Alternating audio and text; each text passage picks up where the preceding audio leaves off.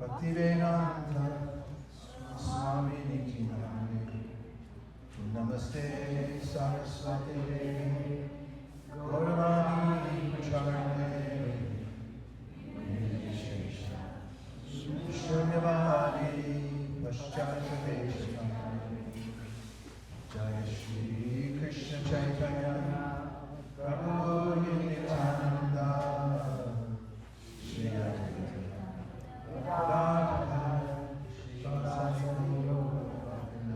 For those of you who are new or new-ish here, these prayers are preamble to chanting the Mahamantra, which is deemed in the ancient wisdom literatures, scriptures that teach about self-realization and how to come to the perfection of life, honoring the servants of God who have brought them here to the world, specifically the founder of this organization is named A.C. Bhaktivedanta Swami Prabhupada. He's seated on this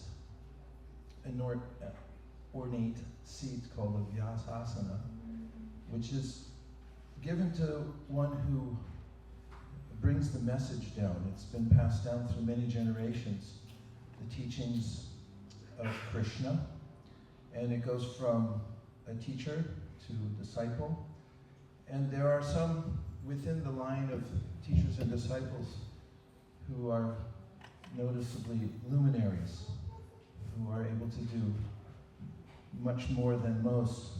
And arguably one of the most prolific of all time has been the founder Acharya of this organization, because he took the teachings that had been extant in India for many, many generations, and he was able to express them to a Western audience.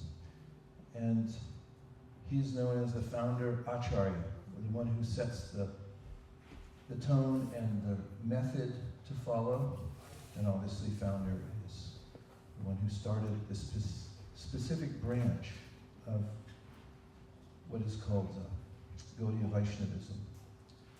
And the next mantra we sang, Shri Krishna Chaitanya Prabhu Nityananda, Shri Advaita Gadadhara Shivasadi Gaur Bhaktivinoda, names the most recent incarnation of Krishna, or an avatara, which means one who crosses from a higher level to a lower level to help us out. And his name is Shri Krishna Chaitanya, but he comes with his associates in order to teach by example how to perform this process of bhakti yoga. So it's a way of entering into any spiritual conversation or any process to acknowledge those who have given it to us, because one must, to receive, have an open heart, a heart opened by gratitude. And it also acknowledges it's not an intellectual process per se. It's a process in which when we approach somebody who has knowledge and spiritual acumen, when we go in a humble way and we serve and we ask relevant questions, then such a person can pour out the contents of his or her heart and offer them to us. I had an experience once when I was learning an instrument, one of these, the drum that Madhuripur has in the front row. And I was sitting in front of my teacher. After 3 days, I had this visceral feeling that it was like an airdrop. Is anybody familiar with that on the iPhone? Only one person, and he's an engineer. And there is a way in which we can receive knowledge from others. So we start with that preamble to offer respects and be very open to whatever is passed down to us through the great teachers. So that's why we start with those prayers. And the mantra that I'll sing now, you're all familiar with, but it's worth just examining it for a moment. Now, what is it? Well, they're names of Krishna, which is indicative of the fact that he's a person. but he's not an ordinary person. He's the source of everything, and the source of all of us. We're all parts of him. And if you were to fill out a immigration form and you came to a section on it that asked your occupation, you wouldn't be wrong if you put appreciator. And if you hand it in to the immigration officer when you're coming through the airport, they might ask you, why did you put appreciator? That's your occupation? And you could truthfully answer that, yes, that's my eternal occupation. In fact, the Srimad Bhagavatam mentions that the only duty of a human being is to inquire about the Supreme and then appreciate. And it's good work if you can get it, right? Say yes. Yes. So there's a way in which when we sing the names of God, it's called Kirtan. It comes from the word kirti, which means fame. And there's an idea of this person is so wonderful that we're singing about that we just want to sing it from the rooftops. We want to say it out loud. And there's a science to it also, because there's a way in which sound vibration is creative. In fact, in one of his writings, our founder Acharya points out that if you want to build a skyscraper building, the first thing you do is think about it, and then you talk about it. He points out that all the ingredients to build a skyscraper, which are what, by the way? Any structural engineers in here? Where's a structural engineer when you need one? What do you need to build a skyscraper? Name 5 ingredients. Usually concrete, steel, and glass. Concrete, steel, and glass are all here on the planet. Thank you. Give them a hand. And you didn't know he was a good structural engineer, did you? So you can talk to him afterwards if you want to build something. So there's a way in which the concrete, steel, and glass already exist. But when you speak about it, it comes together in one place.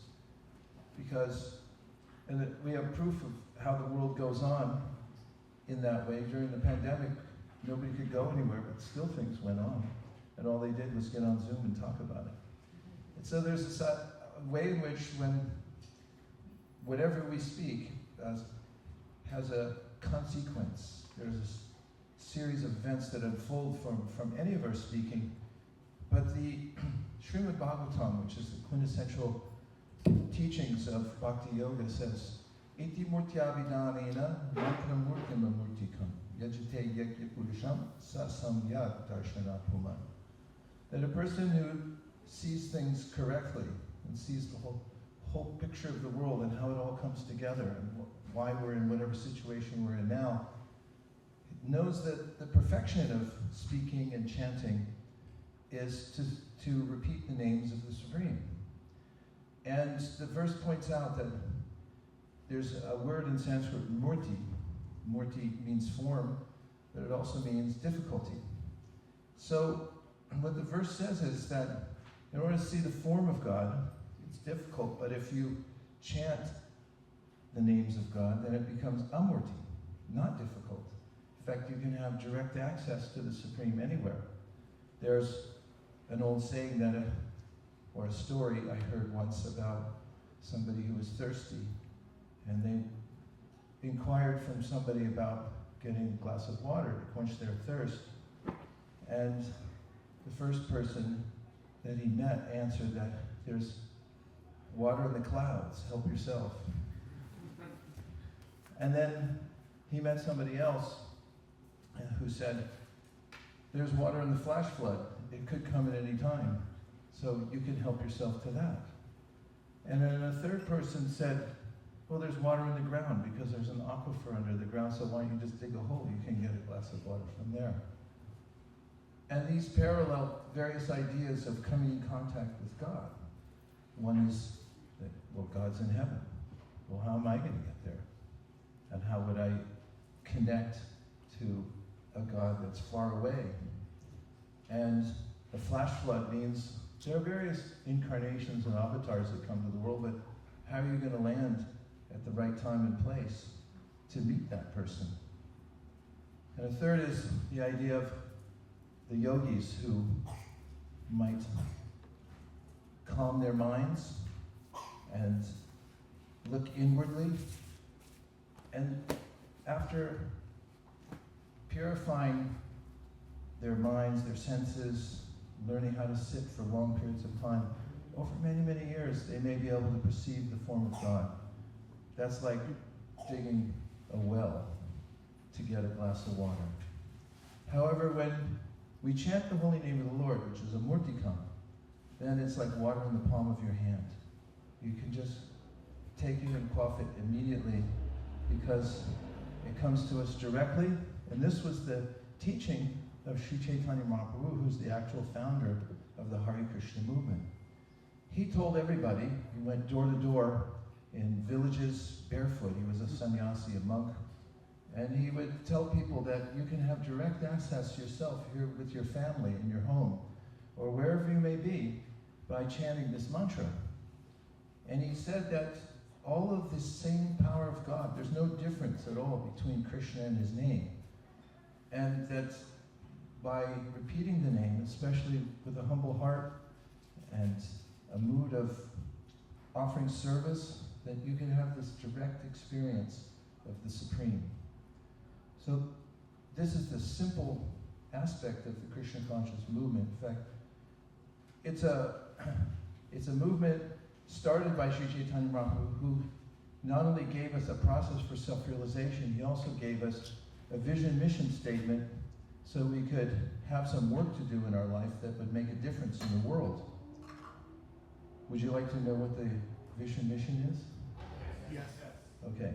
About 12 people said yes. Everybody else close your ears. It is that in every town and village of the world, people would have an opportunity to experience what it's like to directly connect with God through chanting his names in a group like this. So how fortunate are we that we're representing Laguna Beach, California. Come on, give it up.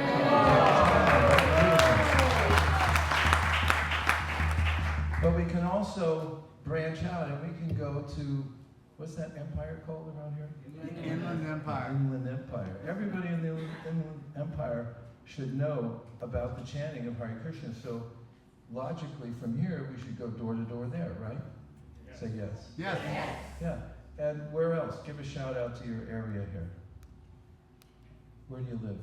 Fullerton. Fullerton. Let's hear it for Fullerton. Hey. Should we go to Fullerton and teach people how to chant Hare Krishna? He said yes. Okay, you can lead it up. We'll follow you. This was the vision of Sri Chaitanya Mahaprabhu. He said this is so important and it's so transformative, and that one person at a time, and then one family at a time, one city at a time, the whole world can be transformed from the inside out, which is the only way it can happen. So this chanting is esoteric and it's practical at the same time. Let's try a little bit of Maha Mantra chanting. Hare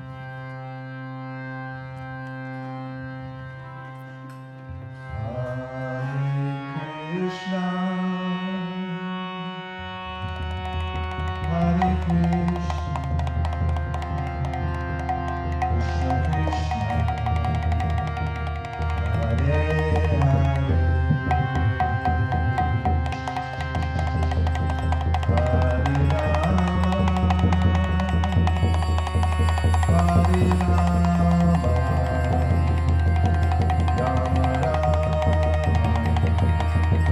Hare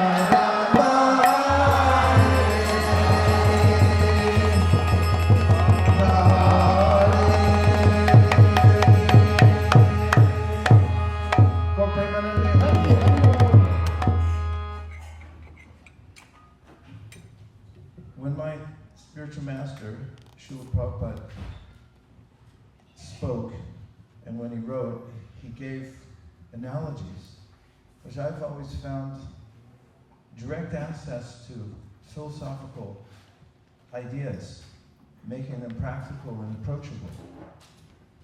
And one of the most profound analogies that he gave several times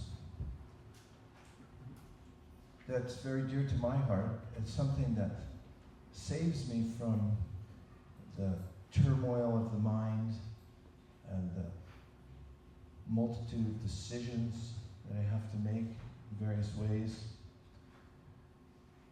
Of course, there's a principle called Occam's razor, which means usually the simplest answers is the best, fewest assumptions. It goes directly to the point. And the analogy that he gave was of a tiny screw. And he said,